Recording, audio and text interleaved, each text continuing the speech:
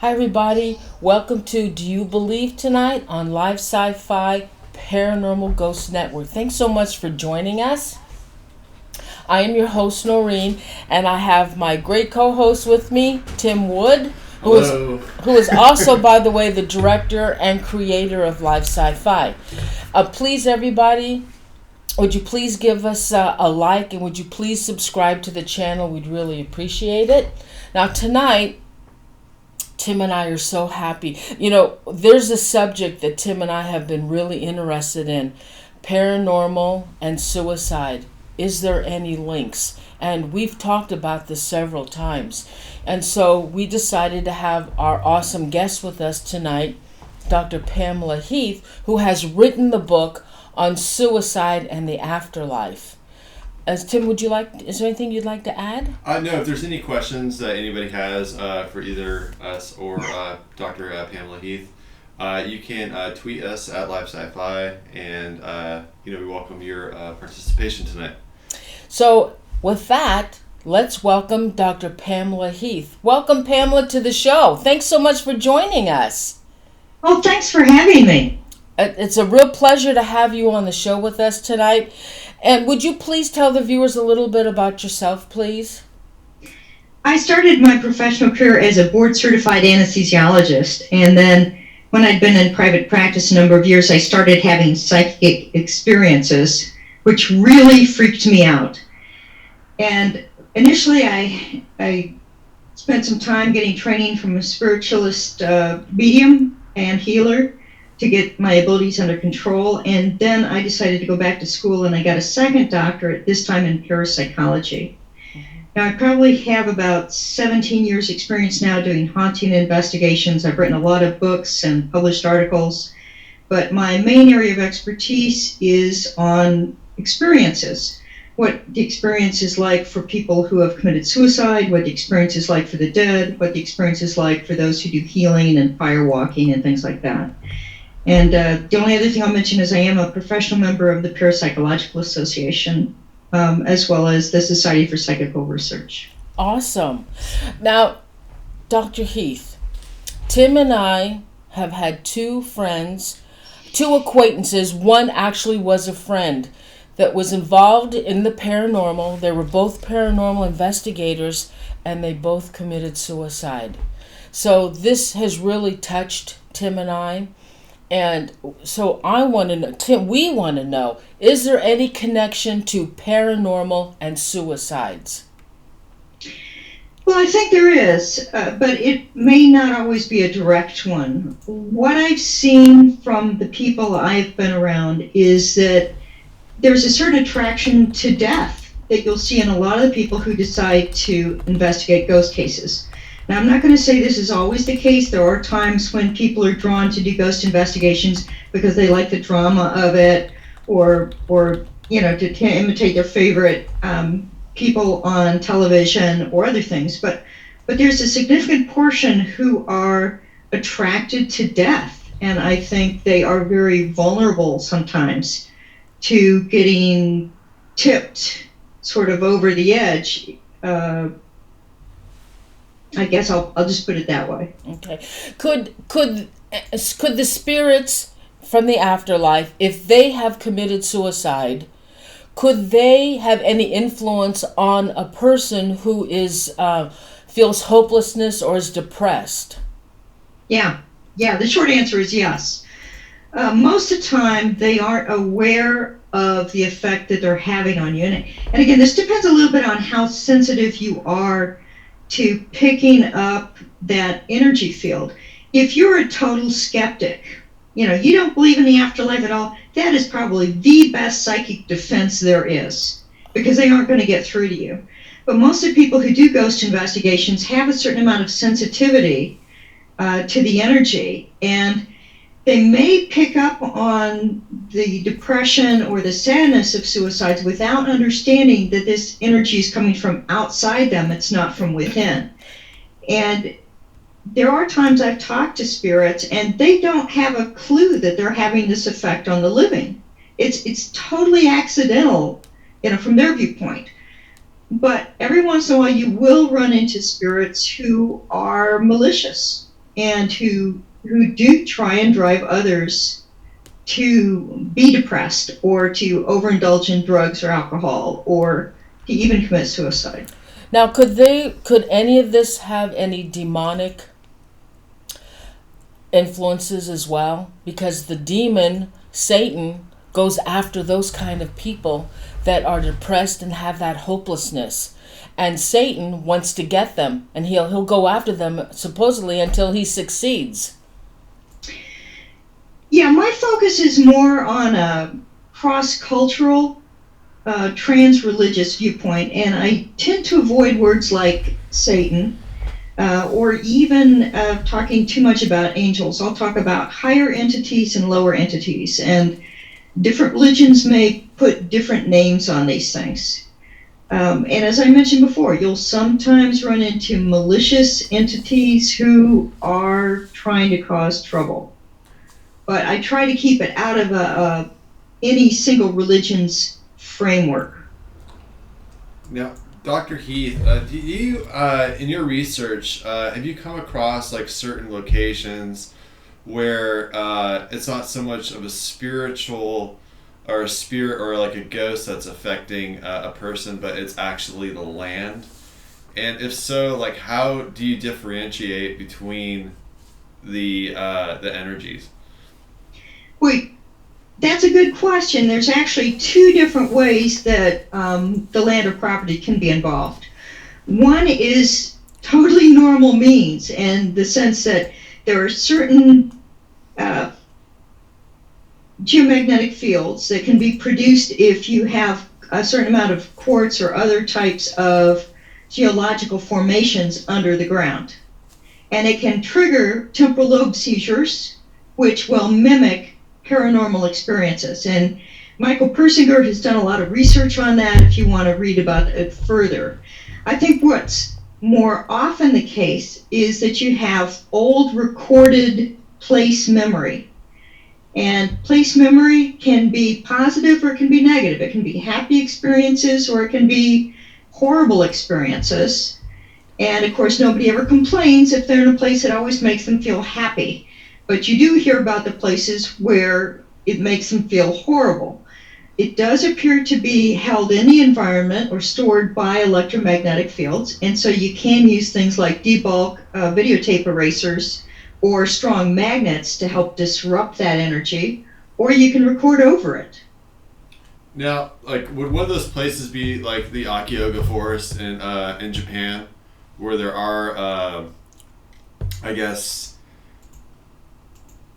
they have been able to measure these geomagnetic fields, and they're very strong, and even so strong they like GPS compasses don't work in the forest, and you know that forest has a very high suicide rate. Like people travel out there to actually commit suicide. Would that be one of the reasons why? I mean, because it seems like people actually travel out there to go do that. So is it something that the energy is so strong there that's actually affecting the people? Now, I would say because if they're coming with the intent of committing suicide, they're outside that field when they start their journey, right? Right. So I think it's more likely that you're having a cultural norm, that this is a cultural way of doing it. And in Japan, you've got some pretty strict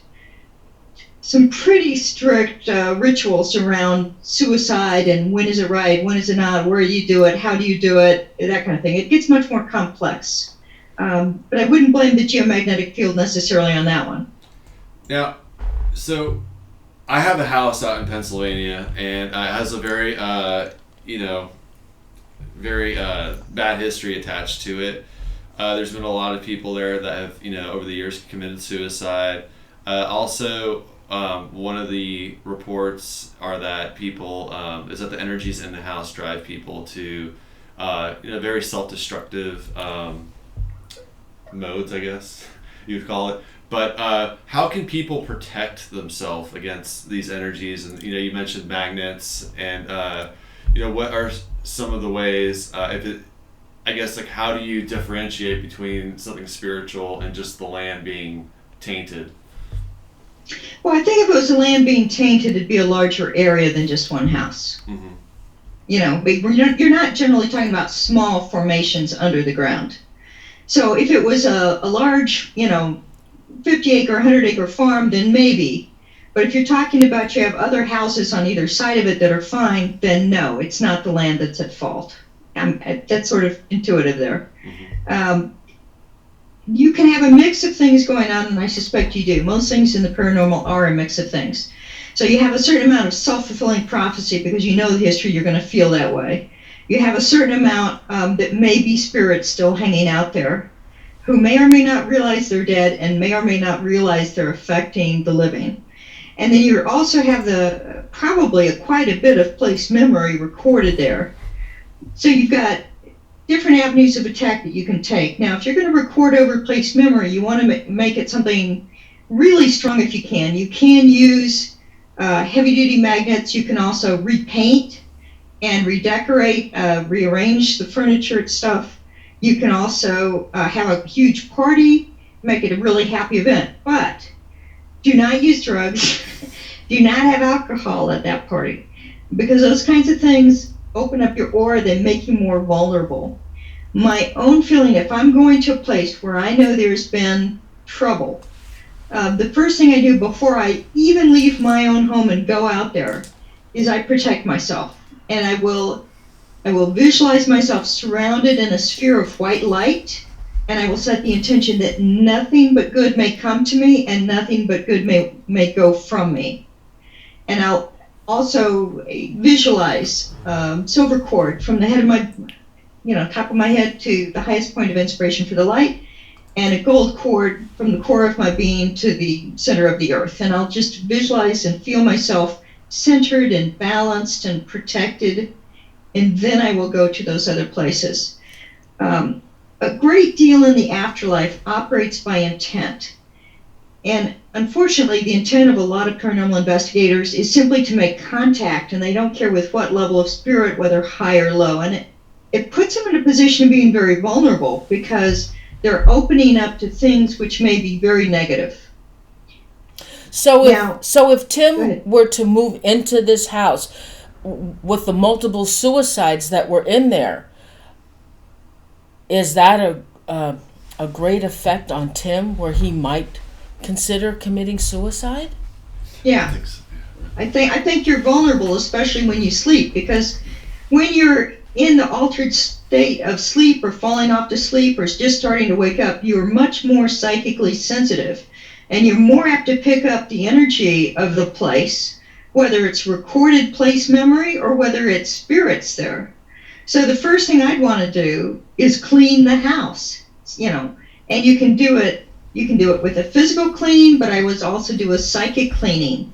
And I would get somebody who knows what they're doing probably, who comes in protected and talks to the spirits. First, if the spirits don't know they're dead, explain what happened to them, get them to move on.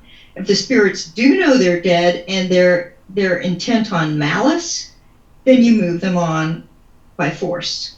And it can be done. So if a human being, say they reincarnate, do you believe in reincarnation?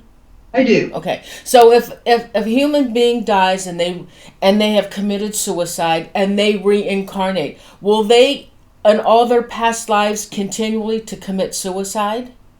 Not in all of them. There's actually been research on this by the University of Virginia, the psychiatric department. It appears that about 2.3% are repeat offenders with suicide. So there's a tendency, but it's not a guarantee. Why do you think that is? Why do you think they would repeat suicide? Well, because they have lessons they haven't learned yet. It's like repeating a grade in school. You keep repeating the grade in school until you master the lessons. Some people master them faster than others. Some people bite off more than they can chew in terms of the challenges they pick for themselves. I think it's very easy when you're planning your lifetime to underestimate how hard that life is actually going to be to do. But you will see a certain amount of repeat. They do say if you commit suicide, the next lifetime is apt to be harder, not easier, but that you are given what you need to succeed. Hmm.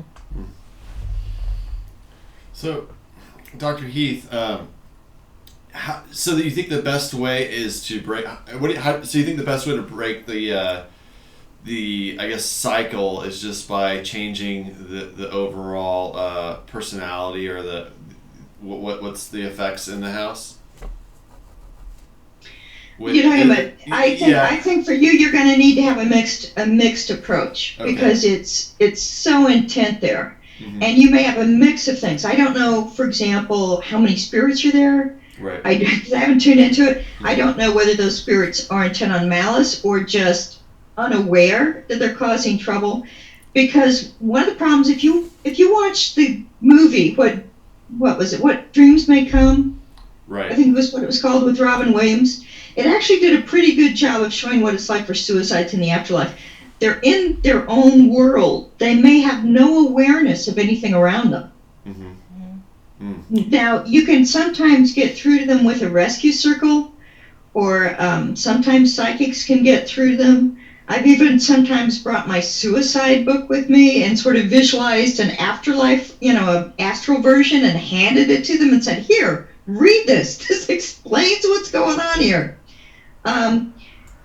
But it depends a lot on their culture, their worldview. What are they willing to accept? Are they so deep into their own depression that they're unaware of anybody and everybody? The other thing I would say to you that I should have mentioned earlier is you can also ask your own spirit guides and their spirit guides for help. Because them staying stuck and doing this isn't helping them any more than it's helping you. So it's in their spirit guide's best interest to help, and it's in your spirit guide's best interest to protect you. Now, Dr. Heath, how many? Has there been any research on how many suicides are actually attributed to the paranormal? I think Carl Wickland was the one who talked about this the most in the early 1900s. He wrote a number of books. He was a psychiatrist, and he ran into a number of spirits who, through his wife, who was a medium, told him that they committed suicide because spirits in the afterlife told them to. Now, you don't know where the truth is on that. Were they using that as an excuse, or was it really happening? I suspect, though, that there are times when people are feeling vulnerable, and you pick up on those moods. I mean, I've had it where I was walking down the street, perfect, and all of a sudden I felt just really sad, and I'm like, this is weird. Why am I suddenly sad? If it comes out of nowhere, it's out of the blue. And I look around mentally, psychically, and I see a spirit. It didn't know it was making me sad. It was just really sad. And it sort of saw me as a light, and it was following me, but there was no intent of malice. And so then you explain things to them, you get them to move on. So it's much more... I'm sorry. Are you finished? I'm just going to say it's much more problematic if you have one that's deliberately trying to cause trouble. Now, it's believed that when a human being incurs a violent or unexpected death, and of course suicide, you're murdering yourself, that soul becomes trapped and they become earthbound. How do you help that soul? Well, first of all, that's not always true.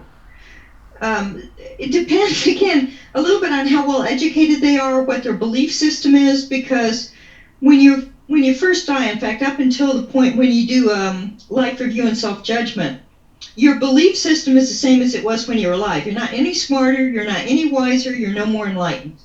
So if you believe that killing yourself is going to trap you in hell forever, you're going to self-create a hell that will trap you, for a very long time, possibly.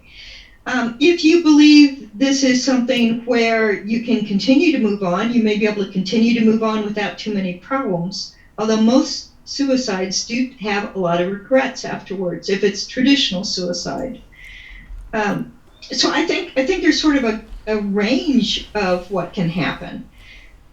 I would treat them the same way I would any spirit that was dead, in the sense that every one of these spirits, just like somebody who dies through other normal means, has a guide with them. They have spirits trying to help them move on in the afterlife and finish their transitions rather than be stuck in the earth plane. So the first thing you do is education. Guess what? You're dead now. They may not realize that. This. Sounds stupid, but they may not realize that. And then it's like, okay, do you see the guides? They're trying to talk to you. Will you listen for them? Will you look for them? And once they sort of open up mentally to that, then they'll see their guides. A lot of times their guides can kind of take over moving them on at that point. So do they know they committed suicide then? Not always. Some of them, because especially if they were skeptics and they didn't believe in an afterlife, they still feel alive. And there's some very sad reports of people who keep trying to kill themselves over and over and over, not realizing they succeeded. That's crazy. That's interesting. That's crazy. So, Dr. Heath, like, how, I guess, do people, or how can people, investigate, like people that go out to locations, let's say they come back from a location and, sometimes, a lot of people describe getting like a hangover from an investigation. Would you say that those people that experience those types of symptoms are symptomatic to, if they keep going out to these investigations, that they can possibly, pick up these emotions of suicide and or possibly mistake them as their own? So is there like a way that these people can, protect themselves, or what are the signs, basically, I guess, is what I'm trying to get to, that, one, a person is sensitive to, and how can they protect themselves, or what's the best way? Right, well, I think personally everybody's sensitive. Everybody has these abilities. How much you develop them is a little bit up to your unconscious mind, what's important to your unconscious mind, but we all have these abilities, number one. So I think everybody's got a certain amount of vulnerability. Some of it's going to depend on personality. Some of it's going to depend upon whether you're using drugs, even if it's caffeine, to stay awake. I can't help wondering if some of the hangovers people are getting is from overdoing the energy drinks, to stay awake while they're doing the investigation, and then you get the normal, drop afterwards. So I'm not sure that's paranormal. But I think good basic habits for everybody who does investigation would involve self-protection. Don't open the door to anything and everything, okay? Surround yourself with white light. Make sure it's completely surrounding yourself. Intent means everything. Intent has power in the afterlife. You can use things like prayer before or during to protect yourself. Ask for your guides to protect you. Try and be aware of the difference between emotions that come from outside and emotions that are within. Lots of basic things. And it doesn't hurt for anyone who's trying to develop their psychic abilities to get some professional therapy work, because all psychic information comes from the unconscious mind. And as you start to open up psychically, a lot of stuff is going to come out that isn't psychic. It's from your unconscious mind. And the only way to get clear on what belongs to you and what belongs to the information that's coming in is for you to do the self-work, which is always easier if you have a professional guiding you through it.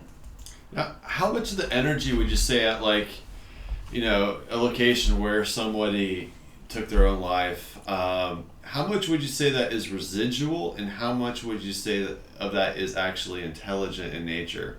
And how much, I guess, like, how much would you say it just depends on the person, whether they're picking up more of the residual energy or of the intelligent nature? Well, there's no way to really know. Mm-hmm. No one can really know what the truth of it is.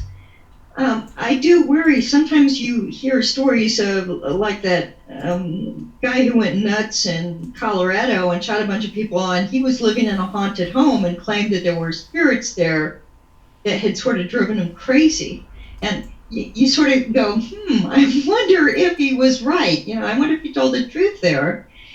And something needed to be done, because I think you're especially vulnerable if you're asleep. You don't have necessarily the same protection that you would have if you're wide awake.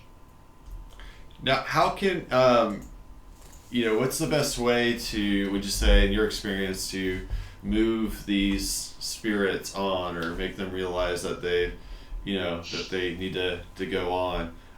What is, have you been involved in any cases where you've had to do that? Oh yeah, I've moved quite a few on. That's where I do a lot of my work, and I don't usually talk about it a lot, although in my last book, or next to last book, Handbook to the Afterlife, I do talk about how you can move spirits on, whether you're psychic or whether you're not psychic. So I sort of divided it into two groups. If you don't think of yourself as psychic, let's put it that way, the first thing I would do is education. You want to make sure they understand what's going on. You orient them. It's interesting how many other religions, whether it's the Islamic Book of the Dead, the Tibetan Book of the Dead, the Egyptian Book of the Dead, were about reading instructions to the dead so that they understood what was going on and knew what to do.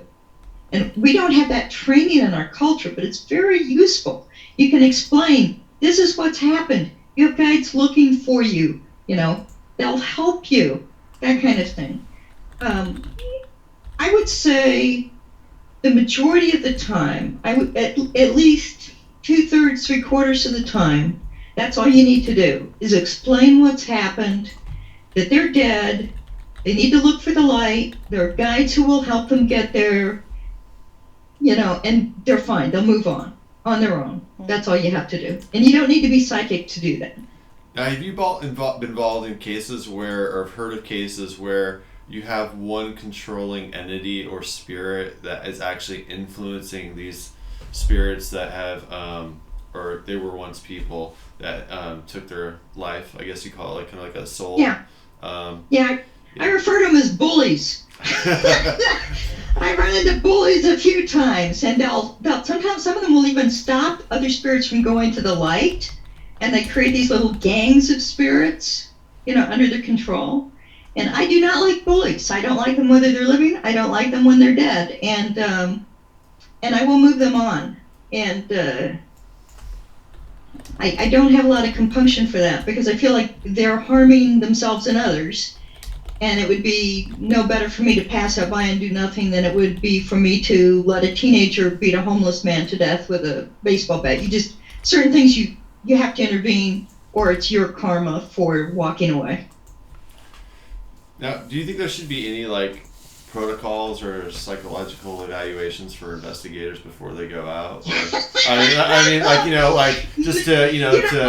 I would say there's no way that would ever fly. Right. But what are the things that, say somebody has a group, what are the things that, say you have your own team and you're looking for people, what do you think are qualities that you should definitely look for and look out for? Well, I tend to do most of my work alone, and that way I don't have to deal with that. But I would just say be aware that people can be attracted to this field for a variety of reasons.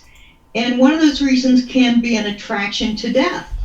And people who are suicidal are sometimes very attracted to death.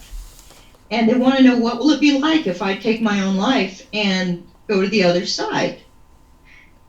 And for those people, I think education works best. They may still decide to commit suicide, but at least then they know what's going on, and they're less apt to get trapped in the pitfalls of doing it. I also think if you have friends who commit suicide, you do have to learn to forgive yourself, because there's a lot of anger and guilt that immediately arises in people, and focus on helping them move on by emotionally letting go of that anger, that guilt, and just wishing them to move forward into the light, wishing them the best in the afterlife and the lives after that. Dr. Heath, would you mind telling people where they can find your books at? And they're great books. I haven't read them yet, but I've seen the reviews. So would you mind telling people about you said, I believe you have 4 books, correct? Yeah, I do. Probably 3 main ones in print right now. The first one, Suicide, What Really Happens in the Afterlife, and it's available on Amazon. I recommend that for people who are either dealing with somebody who has committed suicide or are thinking about it themselves. It does have a chapter devoted to those who are thinking of taking their own lives, and another chapter. And this is messages from those who say they've committed suicide to the living. So you're talking, firsthand experiences. There's none of this, you weren't in my shoes. You don't know how I feel. You can't tell me what to do. No, these people did it. They took it all the way. And then they go back and go, I don't think that was a great idea. Second book, Handbook to the Afterlife, I wrote for people who are paranormal investigators. The middle third of it talks about the different stages of the afterlife, how spirits can get stuck in different points, and how you can help them move forward. And it does talk about harm to the living. The last book, Mind-Matter Interaction, this is more of a textbook that I recommend if you're having poltergeist experiences and you want to try and get control over it, like light bulbs blowing when you're angry, things like that. This book will help you deal with getting mind-matter interaction under control, and it also covers the research. It does have some stuff on EVPs, but it's basically a textbook, so it's going to be the least readable of the books. It's more academic-y. Dr. Heath, I have one other question here. You mentioned sleep being a major time when people can get attacked by these energies. I think you're vulnerable. I don't know that you will or won't be attacked. Right. But I think you're vulnerable then. Right. It's just kind of like an access point, I guess, that these things can target you. How can people protect themselves during this time? Is it just merely saying a prayer before you go to sleep, or is there other things that people can do to protect themselves? Visualize a white light shield that's going to surround you and protect you effortlessly with no energy from you, and is self-maintaining. Now sleep, that whole thing of being more sensitive, it can actually be a benefit. If you have loved ones in the afterlife you want to connect with, that's why so many of them visit and sleep in dreams. It's a time it's easier for them to come see you.